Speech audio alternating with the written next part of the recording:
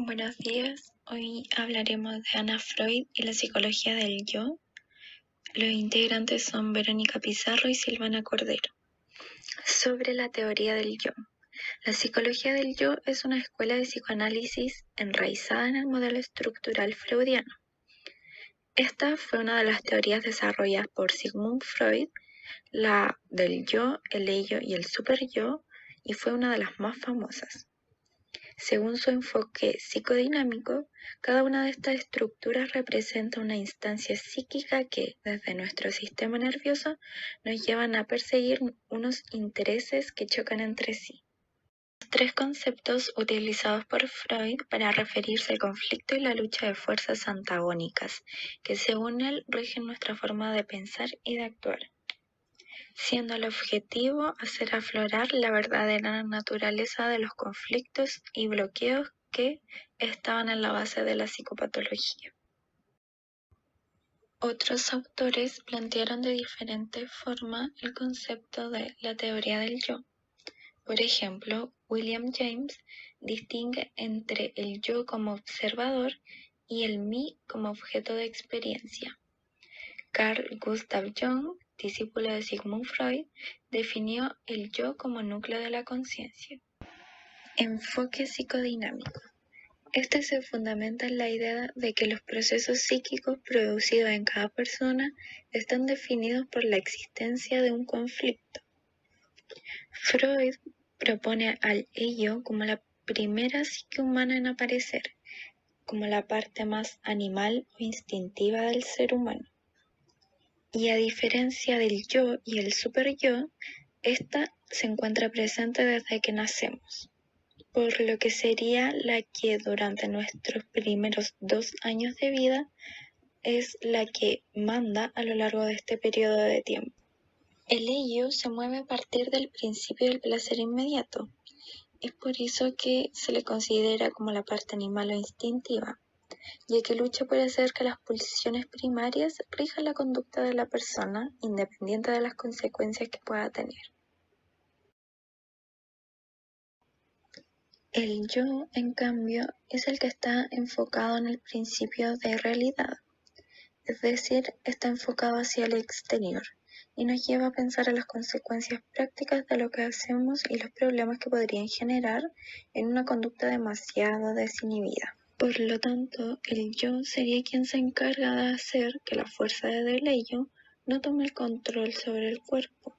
El superyo aparecería según Freud a partir de los 3 años, como consecuencia de la socialización, básicamente aprendida a través de los padres, y la interiorización de normas consensuadas socialmente. Esta velaría por el cumplimiento de reglas morales, por lo que el superyo presionaría para realizar grandes sacrificios y esfuerzos con tal de que la personalidad de uno mismo se acerque lo máximo posible a la idea de lo que es la perfección y del bien. Finalmente, la contrariedad que tienen estas tres fuerzas, ya que el ello rechazaría la idea del sometimiento a la moral, y el yo, a pesar de ser un moderador entre el ello y el superyo, también se movería por objetivos egoístas para la supervivencia y lo pragmático de adaptarse al entorno. Y el superyo se enfrentaría a ambos. El equilibrio entre el yo, ello y superyo. Si bien Freud plantea que estas partes de la psique existen en todas las personas y a su modo son una parte indispensable de los procesos mentales, pero también creía que la lucha entre el ello, el yo y el superyo en ocasiones podría generar descompensaciones, produciendo sufrimiento y en algunos casos la aparición de psicopatologías, lo cual debía tratarse a través de un reequilibrio en correlación de fuerzas a través del psicoanálisis. Para Freud no existía la solución al enfrentamiento entre estas tres instancias psíquicas, por lo que las personas más sanas no eran aquellas que el ello, el yo y el superyo habían dejado de luchar, sino aquellas en las que esta lucha causa menos infortunios. El motivo de las defensas para el superyo como ideal rígido e inalcanzable. Para el yo, que le teme a un peligro del mundo exterior, y temor del yo a los impulsos del inconsciente. Para esto existían mecanismos de defensa, los cuales son, por ejemplo, desplazamiento, represión, proyección, negación, regresión, aislamiento y sublimación, entre otros. El desplazamiento consistiría, por ejemplo, en la redirección de un impulso. Por ejemplo, alguien enojado con su jefe que golpea un mueble, ya que como no es posible golpear al jefe, redireccionamos ese impulso hacia un objeto a causa de nuestra ira. La represión es el mecanismo que Freud descubrió primero, haciendo referencia al proceso por el cual el yo borra eventos y pensamientos que serían dolorosos si se mantuvieran en el nivel consciente, ya que la satisfacción de la pulsión reprimida resulta inconciliable con otras exigencias del superyo o de la realidad. En proyección hace referencia a los individuos que atribuyen sus propios pensamientos, motivos o sentimientos hacia otra persona.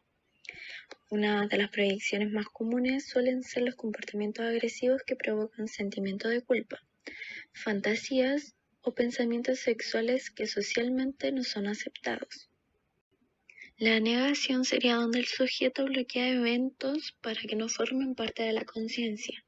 Por ejemplo, una persona que fuma y se niega a asumirlo podría provocar serios problemas para su salud. Anna Freud, nacida en Viena en 1895, siendo la hija menor del matrimonio formado por Sigmund Freud y Martha Brennais. Desde niña se interesó en el mundo del psicoanálisis, dedicada al psicoanálisis con niños y niñas y sus problemas.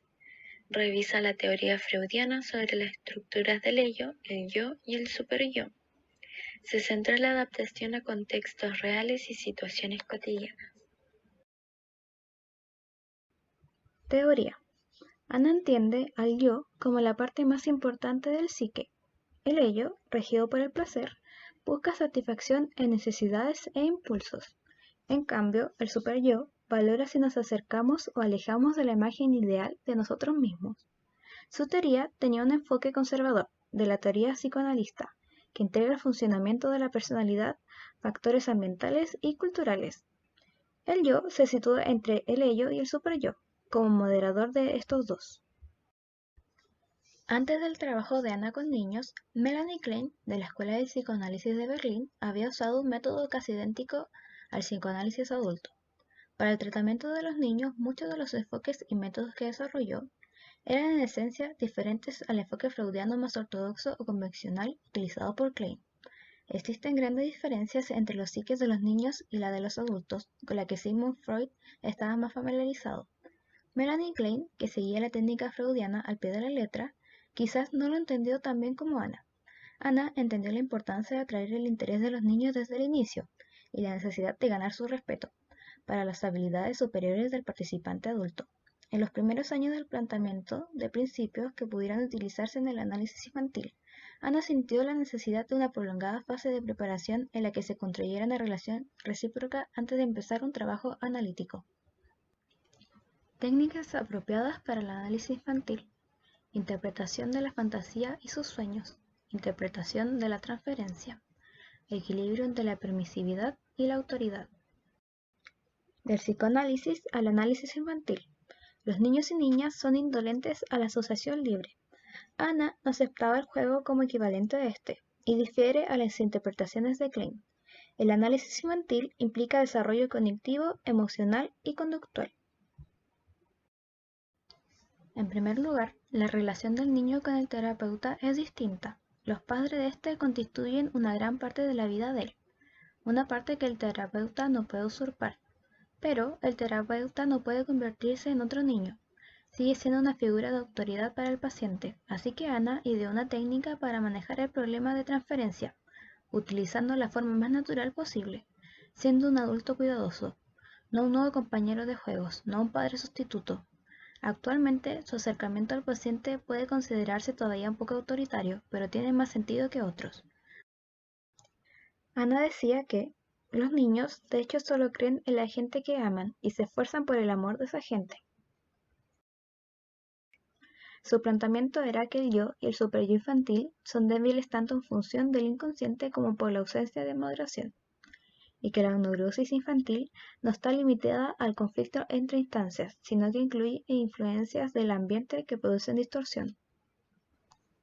Perfil metapsicológico, dinámico, naturaleza conflictiva de la pulsión, satisfacción del yo de las demandas del ello, genético.